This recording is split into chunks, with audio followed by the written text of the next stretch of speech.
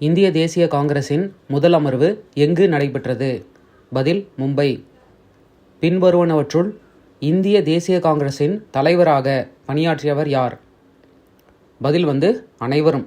சரோஜினி நாயுடு அவர்களும் திருமதி அன்னி பெசன்ட் அவர்களும். அதாவது அன்னி பெசன்ட் முதல் பெண் காங்கிரஸ் தலைவராக இருந்திருப்பாங்க, பிரசிடெண்ட்டாக இருந்திருப்பாங்க. அதுக்கப்புறம் சரோஜினி நாயுடு அவர்கள் இருந்திருப்பாங்க, வெவ்வேறு வருஷத்தில் ஆக்சுவலாக. அதுக்கப்புறம் திருமதி ஜே.எம். சென்குப்தா. இந்த 3 பேருமே காங்கிரஸோட தலைவர்களாக பணியாற்றியவர்கள். மகாத்மா காந்தியை முதலில் தேசப்பிதா என்று குறிப்பிட்டவர் நேதாஜி. பெனாரஸில் மத்திய இந்து பள்ளியை நிறுவியவர் யார்? டாக்டர் அன்னி பெசன்ட்.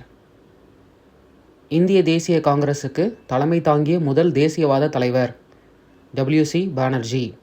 பின்வரும் தலைவர்களில் தீவிரவாதிகளில் இடம் பெறாதவர் யார்? W.C. பானர்ஜி. அதாவது தீவிரவாதிகள் அப்படின்னா இது வேறு இதில் புரிஞ்சிக்கணும். அதாவது எக்ஸ்ட்ரீமிஸ்ட் அப்படிங்கிற இதில் புரிஞ்சிக்கணும்.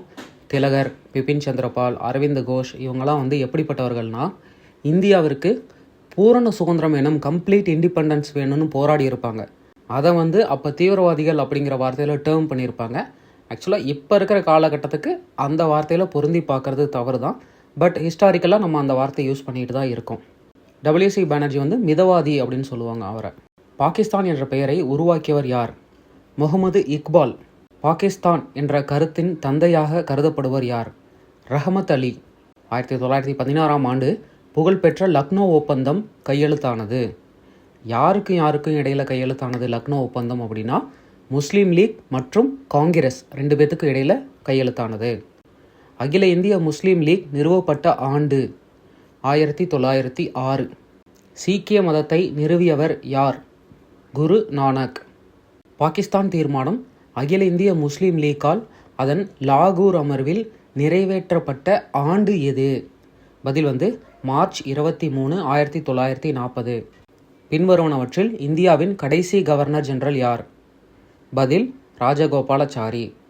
முதல் இந்தியர் மற்றும் கடைசி கவர்னர் ஜெனரல் யாருன்னா ராஜகோபாலாச்சாரி அவர்கள்.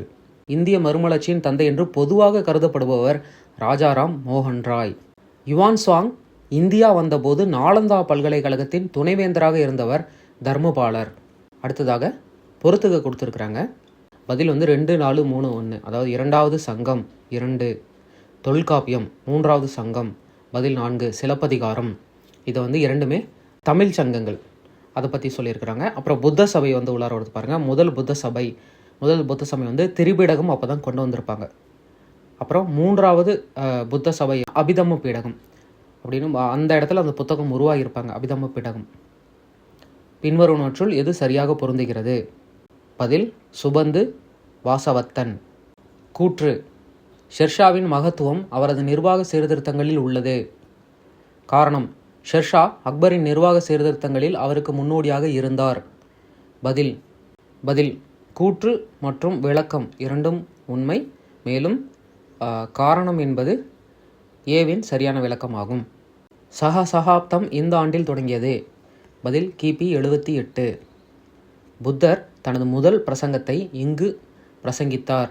சாரநாத்தில் தான் புத்தரோட ஃபர்ஸ்ட் செரமன் நடந்திருக்கும்.